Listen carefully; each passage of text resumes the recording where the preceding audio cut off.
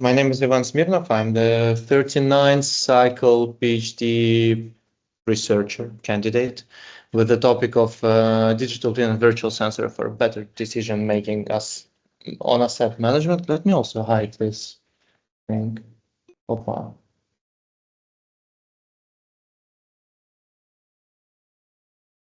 right. And yeah, by the way, here on the right, you can see the dashboards that were on in this building for like 2 days during the opening of the next Build Living Lab. And now they are off because of the system maintenance of some sort. All right. So the agenda is explaining and finding out what the core challenge is, identifying the problem, outline the structure of the thesis, the future thesis, identify the gap, propose the frameworks, show it on the case study, and share some results and think about the future. So the challenge is that commercial buildings consume, some people have already said it on the previous presentation, but commercial buildings consume 40% of the global energy, making it almost a half of the global energy. The indoor environmental quality impacts the occupant health, the comfort, the productivity, and it requires, or at least we have an opportunity to monitor it in the latest 20 years. Set managers face the core challenge of optimizing the energy use of the building because it's money, first of all, and well, optimizing the management itself because it's also money, while maintaining the comfortable environment for occupants because the occupants spending their time in the buildings,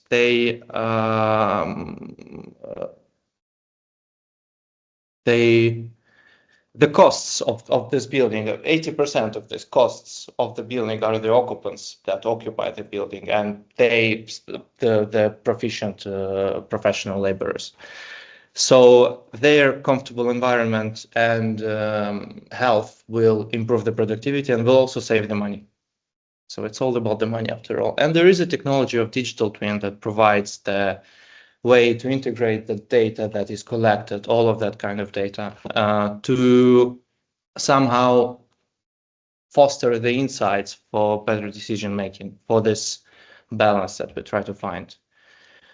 The problem is that a fully automated digital twin, the one that thinks for you and does everything for you, reduces the satisfaction of the occupants, and there are still technical limitations that restrict full automation in the buildings that are built 50 years ago, like this one, for example. Complex building dynamics and sensor constraints are also not allowing the fully automated accurate control, and ignoring human feedback again risks occupant discomfort, which leads to less money after all. So the key research questions are: how can AI monitor the comfort, the whole environment of the building, of this space, where the physical sensors cannot be put or are impractical if it's an already built building? Which novel KPIs can jointly assess the health and the sustainability while bringing some insights? And how to improve the decision making for the facility managers after all, in the very end. The outline of the thesis structure is, as almost all thesis structures, the introduction, the state of the art, the framework definition with the case study that proves the framework, and the validation of the framework with conclusion and the future work directions. The current focus of some of the things that were written in the report, the Milestone report, and of the last 2 years basically are the framework have been the framework definition and the case study. And let's have a quick dive in because it's quite nice. We've built the comfort dashboards for all. I'll show a bit later where it was built. Also, the KPIs and the nice dashboards, everybody likes nice dashboards, were constructed and built as well. The system was deployed and it works in production, almost works in production, let's say that. The laboratory was open in the room next to our room about this whole research topic in a way. And the digital twin was also constructed and it's in production, it works. So we have the BIM model that shows the live indoor environmental quality readings, including temperature, CO2, humidity, and there is a way to show the graphs and everything. So everything you expect when you hear the word digital twin, while in fact it's not a twin, it's a shadow.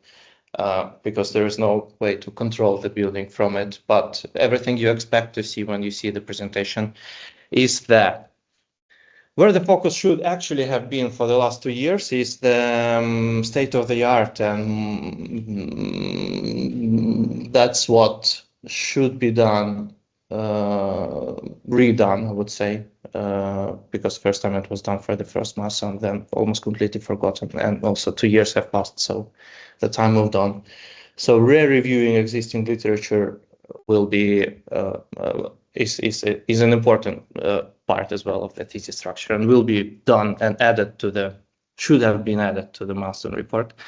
And well, the validation and conclusion, so assessing the model and actually calculating how well it improves the facility management, how much money it saves, maybe also needs to be added. The research gap is that there is, even in our case, there is a lot of data reach, but inside poor situations for manager, there is loads of data that you have to read somehow, and you're a person, so you can make an informed decision, but you need time to make it, to analyze all that. There is a lack of integrated frameworks that combine the digital twin technologies and the human feedback to empower both the occupants and the managers. And as we saw already, the data visualizations, they don't change the way the buildings are actually managed. The framework is that, well, we collect the data, we insert it into a digital twin, and we introduce the KPIs that will allow the managers to make the decision quickly and without having to explore the data themselves. It's gonna be, it is something that helps them make an informed decision faster and just make it, first of all. The case study is this building, something to prove the KPIs that they work, is this building, and 2 KPIs are calculated for the research period. In the first case, I'll tell more about KPIs on the next slide. For the first one, during the heating period, and for the second one, across almost a year of data. Well, at least it covers both the heating and the cooling period. And yeah, let's just jump to the KPIs.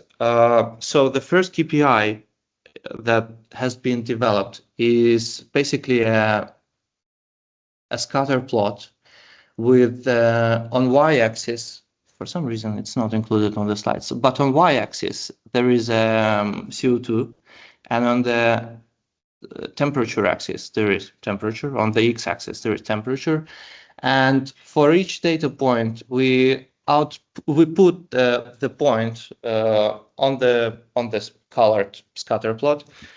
And since the CO2 can work as a subsidized, as a proxy, thank you, as a proxy for the occupancy, we can understand if the room is used by the people, and if it's overheated during the heating period or overcooled during the cooling period.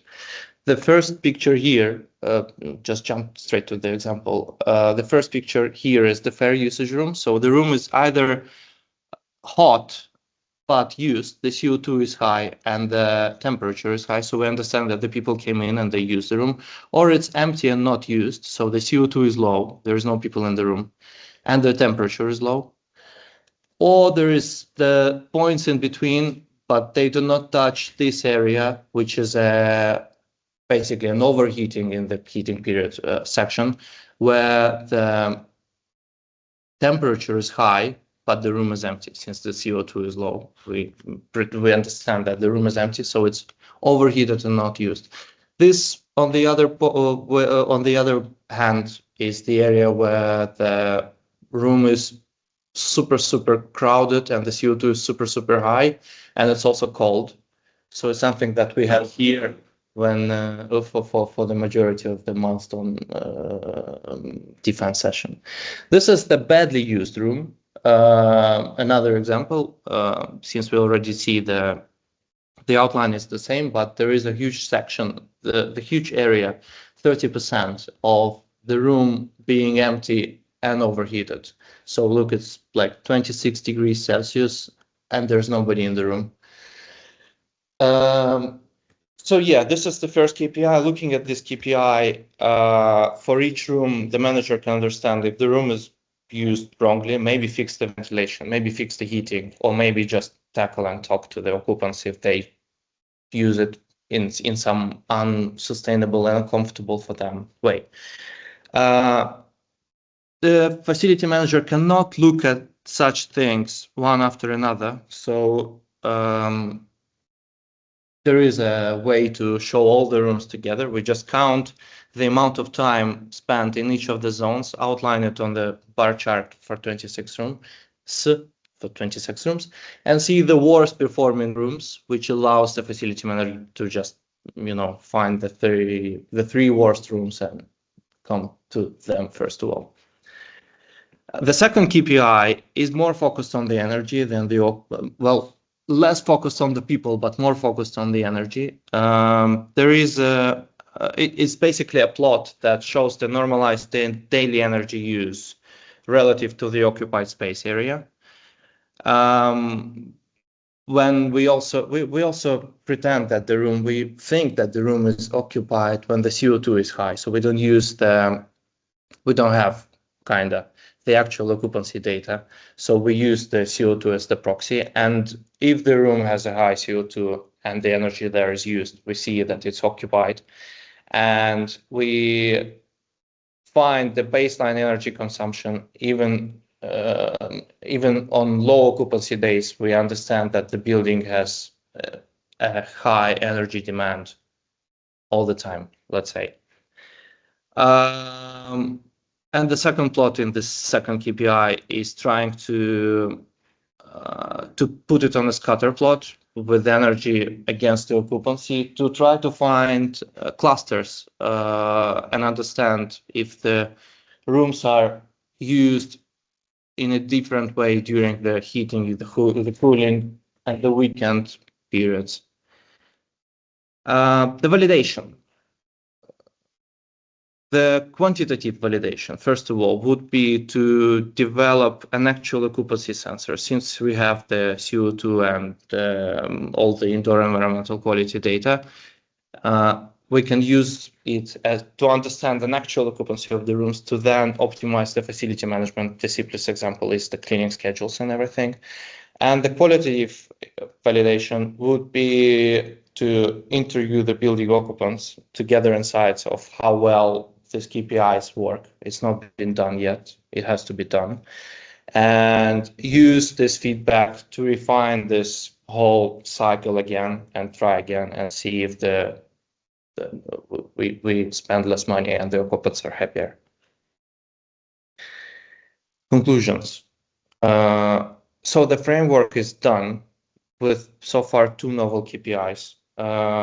They provide the insights, but we need to prove it, to finalize proving it, validate this framework through this case study that we have here. And well, by that kind of bridge the gap that was outlined in the beginning and make the people happier in the building.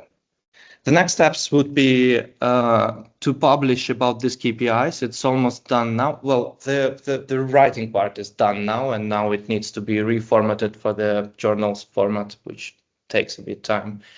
Then the occupancy paper, the one that will just calculate the amount of people based on the CO2 and everything, will be published in the next month. And then I'll have a whole year, half of it will be spent abroad, but not that far, to write the thesis and to defend it. Thanks.